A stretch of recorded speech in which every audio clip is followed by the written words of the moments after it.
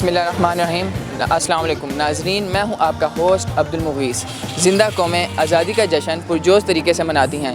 اسلام آباد کی عوام اس دفعہ آزادی کا جشن کس طرح منا رہی ہے، آئیے آپ کو دکھاتے ہیں۔ مائی نیم از منیبہ۔ ہم یوم آزادی بھرپور طریقے سے منائیں گے اور کشمیر کا بھی ساتھ دیں گے اور ان کا اظہار کریں گے۔ پاکستان زندہ باد۔ اس دفعہ جو ہے نا ہمارا سیل بہت کم جا رہا ہے، کیونکہ جو ہے پچھلے سال ہمارا کام بہت اچھا تھا، جو ہے نا ابھی سے جو ہے 50 سے بھی زیادہ ہمارا کام جو ہے نا یہ کم جا رہا ہے۔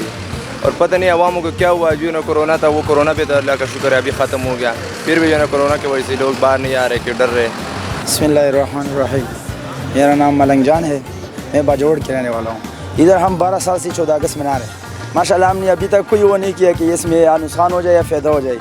ہم نے جشن آزادی بنانا ہے کیونکہ یہ ہمارا ملک ہے۔ ہم پاکستانی ہیں اور ہم نے بہت سے شہید اس ملک کے لیے دیے ہوئے ہیں، اور ہم جب تک ہم زندہ ہے ہم اس وطن کے لیے اپنا جان مال سب کو قربان کریں گے۔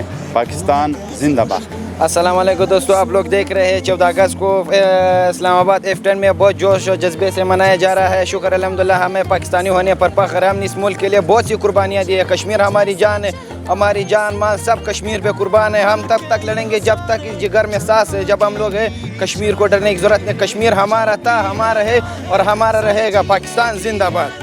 14 اگست ہمیں اچھی طریقے سے منانا چاہیے، امن شانتی سے منانا چاہیے، اور ہم تو چاہتے ہیں کہ کشمیر بھی ہمارا بھائی ہے، سارا بھائی ہے، وہ بھی آزاد ہو، ہم ان کے ساتھ مطلب یکجہتی میں ہیں۔